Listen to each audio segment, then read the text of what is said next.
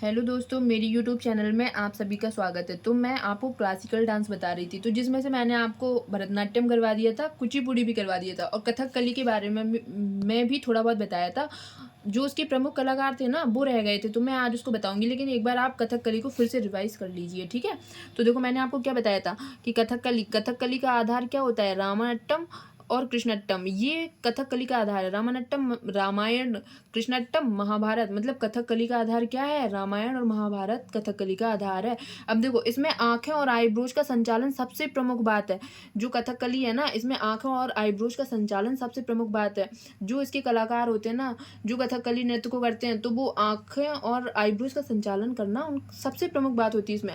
और देखो, इसमें हरा, लाल, काला रंग की प्रधानता होती है। ये बहुत सी बार पूछा गया है कि कौन से नृत्य में हरा, लाल, काला रंग की प्रधानता होती है, तो वो कथकली है जिसमें होती है। इसमें मतलब जो कलाकार होता है ना, वो अपने फेस पे ये तीनों रंग लगाता है, जो किस किस चीज को दिखाता है। देखो, मैं आपको बताऊं, हरा रंग है वो दिव्यता या अच्छाई का प्रतीक होता है, इसलिए लगाया जाता है। जो लाल रंग है वो दुष्टता या बुराई का प्रतीक होता है, और जो काला रंग है वो बुराई के ऊपर अच्छाई का प्रतीक है, तो इसलिए लगाया जाता है। अब देखो, कथकली आकाश तत्व का प्रतीक है, इसको भी याद कीजिए। कथकली आकाश तत्व का प्रतीक है।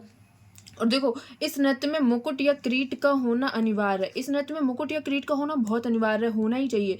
यह नृत्य तांडव रूप या रुद्र रूप में होता है। देखो, मैंने अभी आपको बताया था ना कि कथकली है ना, कथकली का आधार क्या है, रामायण और महाभारत है। तो यह नृत्य तांडव रूप में होता है या रुद्र रूप में होता है, ठीक है। और यह नृत्य शुरुआत में केवल पुरुष करते थे, लेकिन रीता गांगुली ने इसे महिलाओं द्वारा फिर से प्रदर्शित किया। मतलब रीता गांगुली ने इसकी शुरुआत की थी महिलाओं के द्वारा प्रदर्शित करके, क्योंकि शुरुआत में यह नृत्य केवल पुरुष करते थे। इसमें क्या होता है कि फेस पे कलर लगाया जाता है, और ये रौद्र रूप में भी होता है। तो ये पहले पुरुष ही करते थे, बाद में ये रीता गांगुली के द्वारा इसे महिलाओं द्वारा प्रदर्शित किया गया। और देखो, इस नृत्य को पुनर्जीवित करने वाले कौन थे, बी.एन. मेनन थे। बी.एन. मेनन और गुरु गोपीनाथ थे, ठीक है। तो इस नृत्य को पुनर्जीवित करने वाले कौन थे, बी.एन. मेनन और गुरु गोपीनाथ थे। तो ये कथकली के बारे में मैंने आपको थोड़ा सा रिवाइज करवाया। अब मैं आपको कथकली के प्रमुख कलाकार के बारे में बताती हूँ, तो आप वो देखिए। अब देखो, मैं आपको कथकली के प्रमुख कलाकार के बारे में बताती हूँ। तो पहले आप एक बार सभी कलाकार को देख लीजिए। तो देखो, मृणालिनी साराभाई, बल्लथोल नारायण मेनन, मैंने अभी आपको बताया था ना। बी एन मेनन, मैंने अभी आपको बताया था ना कि इस नृत्य को पुनर्जीवित करने वाले कौन है, बी.एन. मेनन है। कथकली नृत्य को पुनर्जीवित करने वाले कौन है, बी.एन. मेनन। उनका पूरा नाम क्या है, बल्लथोल नारायण मेनन, वो वही यही है। अब देखो, कृष्णन कोहरी गोपीनाथ। अब फिर कौन है, कृष्णन कोहरी गोपीनाथ, आनंद शिवरामन, कृष्णन कुट्टी, उदय शंकर, कला मंडलम बाला सरस्वती सुब्रमण्यम।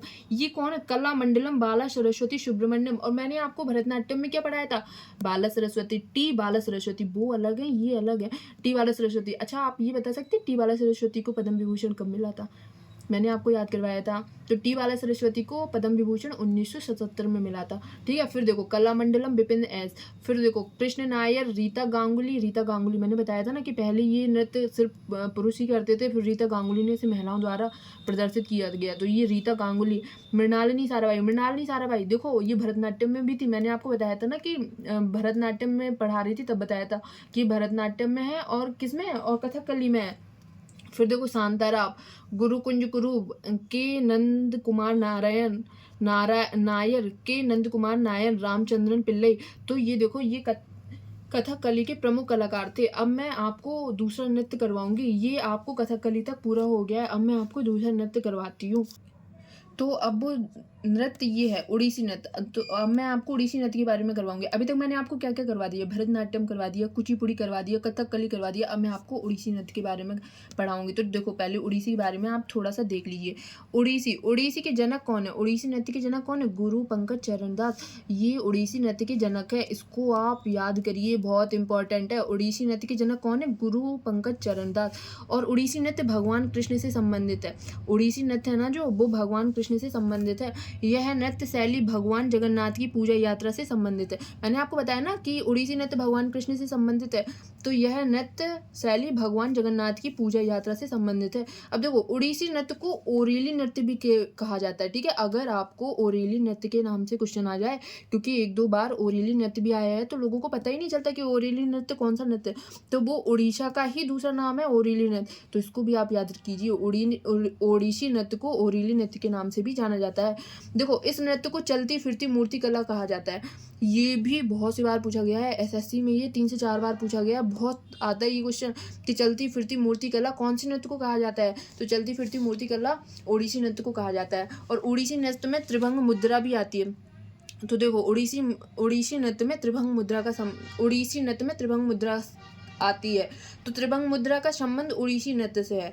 तो इसमें क्या होता है, इसमें शरीर को 3 बार वक्र या कर्व के रूप में मोड़ा जाता है। देखो कुछ इस तरीके से आपने देखा होगा, वक्र या कर्व के रूप में मोड़ते हैं ना शरीर को।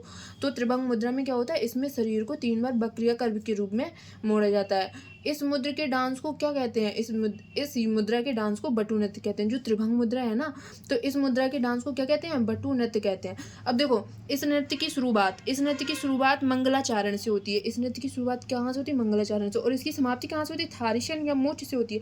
देखो मैंने आपको भरतनाट्यम में भी बताया था कि जो भरतनाट्यम है ना, तो उसमें भी मैंने आपको बताया था कि कहाँ से शुरुआत होती है। उसमें भी ऐसे आया था कि जो भरतनाट्यम है अलरिप्पू से उसकी शुरुआत होती है और तिल्लाना से उसकी समाप्ति होती है। तो ऐसे ही उड़ीसी नृत्य में भी है। इस नृत्य की शुरुआत मंगलाचरण से होती है और इस नृत्य की समाप्ति थारीसन से होती है।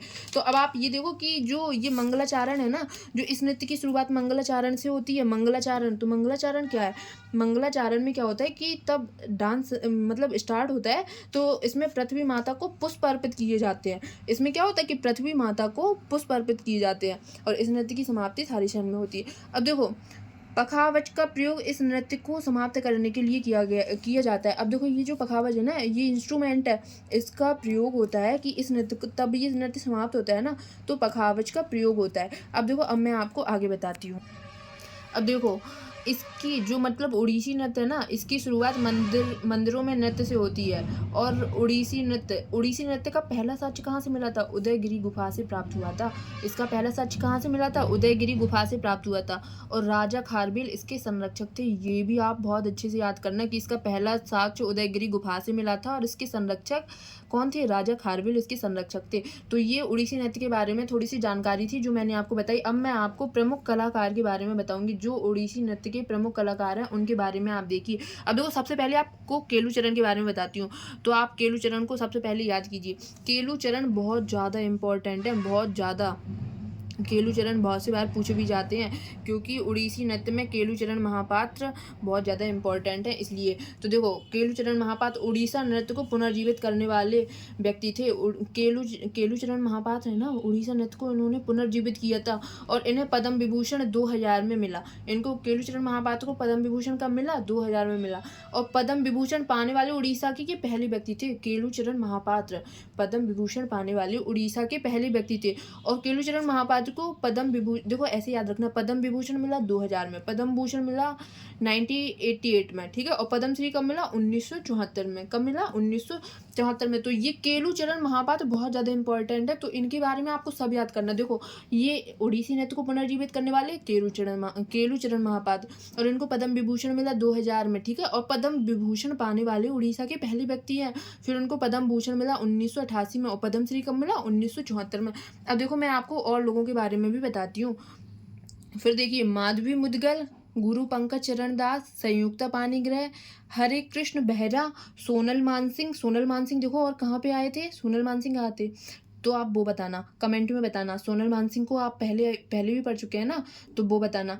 मोहन महापात्र, कुमकुम मोहंती, लक्ष्मी प्रिया महापात्रा, ये भी याद करो। फिर देखो इंद्राणी रहमान और म्याला बारवी, इनको बहुत याद करना आप, ये बहुत ज़्यादा इंपॉर्टेंट है। इंद्राणी रहमान और म्याला बारवी, इन्होंने क्या किया था, इन्होंने इस नृत्य को अंतर्राष्ट्रीय ख्याति दिलाई। तो ये बहुत ज़्यादा इंपॉर्टेंट है। इंद्राणी रहमान और म्याला बारवी, इनको बहुत अच्छे से याद करना। तो इंद्राणी रहमान और म्याला बारवी ने इस डांस को अंतर्राष्ट्रीय ख्याति दिलाई। अब देखो सोनल मानसिंह अभी मैंने आपको यहाँ भी बताया, फिर से आगे तो आप उनको थोड़ा सा देख लीजिए।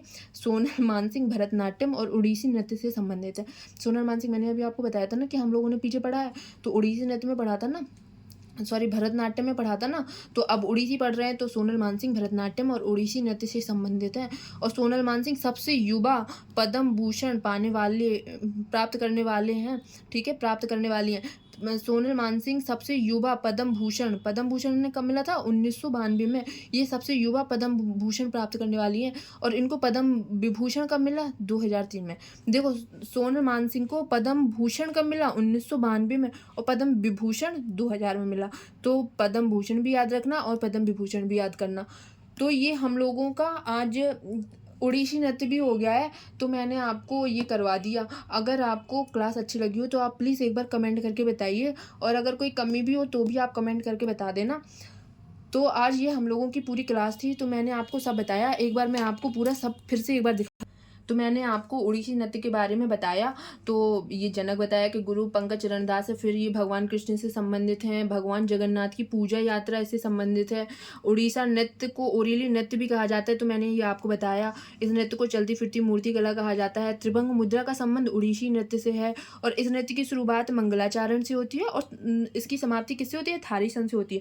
और जो मंगलाचारण है वो मैंने क्या बताया था कि ये पृथ्वी माता को स्टार्टिंग में पुष्प अर्जित किए जाते हैं। और देखो, पखावज जो ये इंस्ट्रूमेंट है ना, पखावज का प्रयोग तब ये नृत्य समाप्त होता है ना, तब किया जाता है। अब देखो इसकी शुरुआत, उड़ीसा नृत्य की शुरुआत मंदिरों में नृत्य से होती है। और इसका पहला साक्ष्य कहाँ से मिला? उदयगिरी गुफा से मिला। उदयगिरी गुफा से मिला।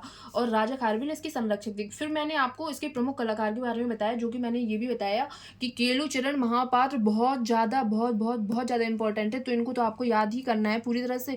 इनके बारे में जो भी फैक्ट मैंने आपको बताया वो सब एक बार पढ़ लेना। तो देखो, केलुचरण महापात्र उड़ीसी नृत्य को पुनर्जीवित करने वाले हैं, और इनको पद्म विभूषण मिला 2000 में। और ये पद्म विभूषण पाने वाले उड़ीसा के पहले व्यक्ति थे, ठीक है। और फिर इनको पद्म विभूषण भी मिला है 1988 में। फिर इनको पद्मश्री मिला 1974 में। फिर मैंने आपको और भी कलाकारों के बारे में बताया है, जो भरतनाट्यम के प्रमुख कलाकार हैं ना, मैंने फिर उनके बारे में बताया। देखो, माधवी मुदगल, गुरु पंकज चरण दास, संयुक्ता पाणिग्रह, हरिकृष्ण बेहरा, सोनल मानसिंह, मोहन महापात्र, कुमकुम मोहंती, लक्ष्मी प्रिया महापात्र, और फिर इंद्राणी रहमान, म्याला बारबी। इसको भी याद रखना, मैंने आपको बताया था कि ये बहुत इंपॉर्टेंट है, तो इनको भी याद करवाना। इंद्राणी रहमान और म्याला बारबी ने इस नृत्य को अंतर्राष्ट्रीय ख्याति दिलाई। और सोनल मानसिंह के बारे में तो मैंने आपको बता ही दिया है कि ये भरतनाट्यम और ओडिसी नृत्य में है, और ये सबसे युवा पद्म भूषण पाने वाली हैं। तो इनको पद्म भूषण कब मिला था? 1992 में मिला। और पद्म विभूषण कब मिला? 2003 में मिला। तो ये आज मैंने आपको जितना पढ़ाया है ये सब वो था। और अगर आपको क्लास पसंद आई हो तो आप प्लीज़ लाइक कर देना और कमेंट कर देना। कमेंट में बताना कि आपको क्या अच्छा लगा, क्या अच्छा नहीं लगा। Okay, thank you.